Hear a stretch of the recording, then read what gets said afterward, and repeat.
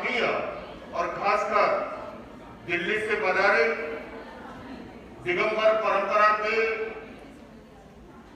अत्यंत आदरणीय झुल्लक जी महाराज, डॉक्टर योग भूषण जी, उपस्थित बंधु और बहनों, मेरे लिए आज ये बहुत ही प्रसन्नता का विषय है कि आज से 25 वर्ष पूर्व जैन परंपरा के विश्व अहिंसा संघ के संस्थापक परम पूज्य आचार्य सुशील मुनि जी महाराज ने जिसका पत्थर अपने कर कमलों से रखा था, आज उस वट वृक्ष को, उस विशाल इमारत को और उस विशाल इमारत के अंदर निर्माण होने वाले छात्र छात्राओं को गोल्ड मेडल प्राप्त करते हुए देख करके मुझे बहुत बड़ी खुशी हो रही है। सचमुच में शिक्षा जीवन की अधिष्ठात्री होती है। शिक्षा जीवन का वो प्रकाश स्तंभ है जो हमारे जीवन को आलोकित करता है, प्रकाशित करता है और हमारे जीवन का मार्गदर्शन करता है। और शिक्षा के साथ जब योग की ट्रेनिंग का क्रम जब जुड़ जाता है तो अपने आप में उसका महत्व कई गुना बढ़ जाता है। बंधुओं और बहनों,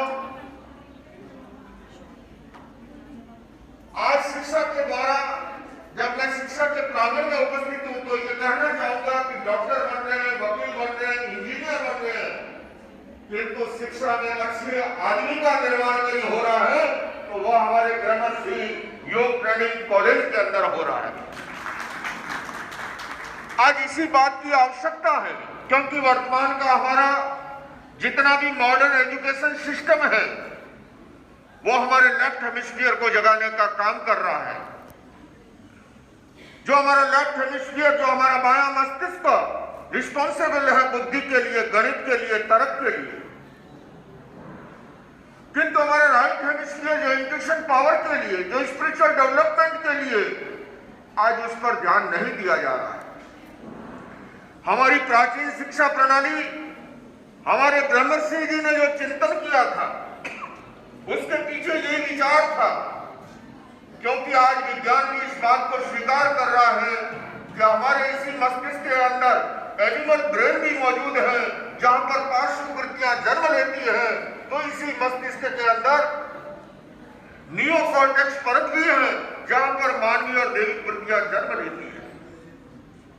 आज केवल इतना ही नहीं, मेडिकल साइंस इस बात को एक्सेप्ट कर रहा है, अगर स्टूडेंट का सिंपैथेटिक नर्वस सिस्टम ज्यादा सक्रिय है या पैरासिम्पैथेटिक नर्वस सिस्टम, या तो वो हीन भावना में चला जाएगा, डप्पू रह जाएगा, या इतना आक्रामक बन जाएगा।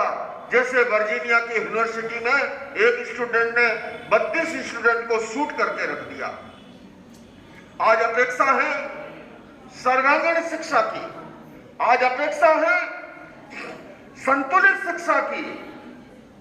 मुझे याद आता है इब्राहिम लिंकन ने एक लेटर लिखा था अध्यापक को, अमेरिका के राष्ट्रपति ने, कि आप मेरे बच्चे को भूगोल पढ़ाएंगे, खगोल पढ़ाएंगे, गणित पढ़ाएंगे, किंतु मैं ये भी चाहता हूं कि आप बच्चे को ये भी पढ़ाए कि जीवन में जब उतार चढ़ाव आए तब मानसिक संतुलन कैसे रखना है। हमारी शिक्षा प्रणाली, हम अपने इमोशंस और पेशेंस पर कैसे कंट्रोल करें अगर ये नहीं सीखते हैं। एक व्यक्ति गाड़ी लेके जा रहा था, ट्रैफिक पुलिस वाले ने देखा रात्रि का समय, गाड़ी के लाइट नहीं है। ट्रैफिक पुलिस वाले ने गाड़ी को रोकने की चेष्टा की कि भैया गाड़ी कहां दौड़ा रहे हैं, उसके लाइट नहीं है। ड्राइवर ने कहा बीच में से हट जा, नहीं तो मारा जाएगा, इसके ब्रेक भी नहीं है। वो गाड़ी कितनी खतरनाक होगी जिसके लाइट भी ना हो, जिसके ब्रेक भी ना हो। मैं पूछना चाहूंगा वह इंसान कितना खतरनाक होगा जिसका अपना इंट्यूशन पावर जागृत नहीं है, जिसके अपने इमोशंस और पेशेंस पर नियंत्रण नहीं है। मुझे इस बात की खुशी है कि ब्रह्मर्षि योग ट्रेनिंग सेंटर के अंदर शिक्षा के द्वारा व्यक्ति आजीविका में समर्थ बने, साथ ये भी सिखाया जाता है आजीविका के साथ साथ जीवन का निर्माण कैसे हो, और ये सबसे महत्वपूर्ण है। इसलिए इस रजत जयंती अवसर पर मैं आपका अभिनंदन करता हूं, स्वागत करता हूं, बधाई देता हूं। बंधुओं और बहनों, जब हम देखते हैं एक साइंटिस्ट सही समय पर पदोन्नति नहीं होने से बहुमंजिली इमारत से कूद के जान दे देता है। एक डॉक्टर कहलाने वाला जब नशा करता है, हम सोचने के लिए मजबूर होते हैं क्या हमारी शिक्षा ने इतना भी नहीं सिखाया। मैं आज भारत सरकार से कहना चाहूंगा कि अगर प्रारंभ से ही एजुकेशन सिस्टम के अंदर किस एजुकेशन जैसे कार्यक्रमों को अगर इंट्रोड्यूस करें। अमेरिका के राष्ट्रपति कुछ वर्षों पूर्व मुझे मिले, बिल क्लिंटन। मैंने उनसे एक बात कही कि आप पीस पर कॉन्फ्रेंस करते हैं, नॉन वायलेंस की। मैंने कहा मेरे हिंदुस्तान में एक एक सन्यासी इस विषय पर लाखों की भीड़ जुटाता है, किंतु मैं ये कहना चाहता हूं कि व्यक्ति केवल उपदेश से नहीं बदलता है, केवल सिद्धांत से नहीं बदलता है, जीवन में बदलाव आता है प्रयोग के द्वारा। हमारी प्राचीन शिक्षा प्रणाली जो थी, आपको और हमको सबको याद है, द्रोणाचार्य और युधिष्ठिर जी का वो कथा प्रसंग, पाठ सिखाया गया बच्चों को, सत्यम वद, धर्मम चर, क्रोधम मा कुरु। दूसरे दिन बच्चों से कहा गया पाठ सबको याद करके आना है। दूसरे दिन जब पूछा गया तो सभी विद्यार्थियों ने बड़ा छोटा सा पाठ था, तपास से बता दिया, पाठ याद हो गया, सत्यम वद, धर्मम चर, क्रोधम मा कुरु। और जब नंबर आया युधिष्ठिर जी का, उन्होंने कहा मुझे पाठ याद नहीं हुआ। कहा गया कल याद करके लाना। अगले दिन भी पूछा तो पाठ याद नहीं हुआ। कहा बड़ा छोटा सा पाठ। तीसरे दिन जी जब पूछा तो कहा पाठ याद नहीं हुआ। टीचर ने एक उठा के चांटा जड़ दिया। वो जमाना अलग था। आजकल अगर टीचर चांटा जड़ दे तो टीचर को रास्ते में ही देख ले, घर ही न पहुंचने दे। मैं परसों का प्रसंग सुन रहा था। दिल्ली के द्वारका में एक स्कूल है, टीचर स्टूडेंट को लेके कहीं आउट में किसी कार्यक्रम के तहत गए थे। बच्चे ने रात को शराब पी ली, शराब पी के उत्पात मचाने लगा, उसका वीडियो बनाया और स्कूल में आके रिपोर्ट की, बच्चे ने शराब पी। मुझे पता लगा, कल का प्रसंग बता रहा हूँ आपको, उस बच्चे के पेरेंट्स ने उस टीचर के और उससे लिखित में उससे लिया कि मैंने ये गलती की, मेरे से गलती हुई, मैं आइंदा नहीं करूंगा। घर पहुंचने के बाद पेरेंट्स पहुंच गए स्कूल, और स्कूल ही नहीं पहुंचे, पहले पुलिस थाने पहुंच करके उस टीचर के विरुद्ध FIR दर्ज करा दी कि हमारे बच्चे पर दबाव डाल करके गलत लिखवा लिया गया। और स्कूल पर इतना प्रेशर बनाया, स्कूल के मालिक ने उठा करके उस टीचर को जो है 9वीं 10वीं क्लास को पढ़ाती थी, उसको 6ठी क्लास दे दी, उसकी ट्रांसफर कर दी। स्कूल का मालिक कहता है मैं नहीं चाहता कि मेरा स्कूल का नाम अखबारों में आए। ये हालात हो गए। ये परसों का घटना प्रसंग बता रहा हूं आपको। पर मैं जो बात कह रहा था बीच में, बंधुओं और बहनों, जब युधिष्ठिर जी को तीसरे दिन चांटा जड़ा और उन्होंने कहा कि मुझे पाठ याद हो गया, द्रोणाचार्य जी ने पूछा ये क्या बात है? बोले गुरुदेव आपने ही तो कहा था शिक्षा वो शिक्षा है जो जीवन में उतर जाए। अब तक मुझे गुस्सा आता था, आज आपने जो चांटा जड़ा और गुस्सा नहीं आया तो मैं कह सकता हूं कि मुझे पाठ याद हो गया। बंधुओं और बहनों, आज अपेक्षा है वही प्रायोगिक शिक्षा प्रणाली, क्योंकि मैंने कहा कि व्यक्ति प्रयोग से बदलता है। हमारे इस कॉलेज का नाम ही है ब्रह्मर्षि योग ट्रेनिंग। योग क्या है, मेडिटेशन क्या है, ध्यान क्या है? ध्यान और योग के अनेक फायदे हैं। मैं कुछ एक 2-3 प्रसंग आपके सामने करूं।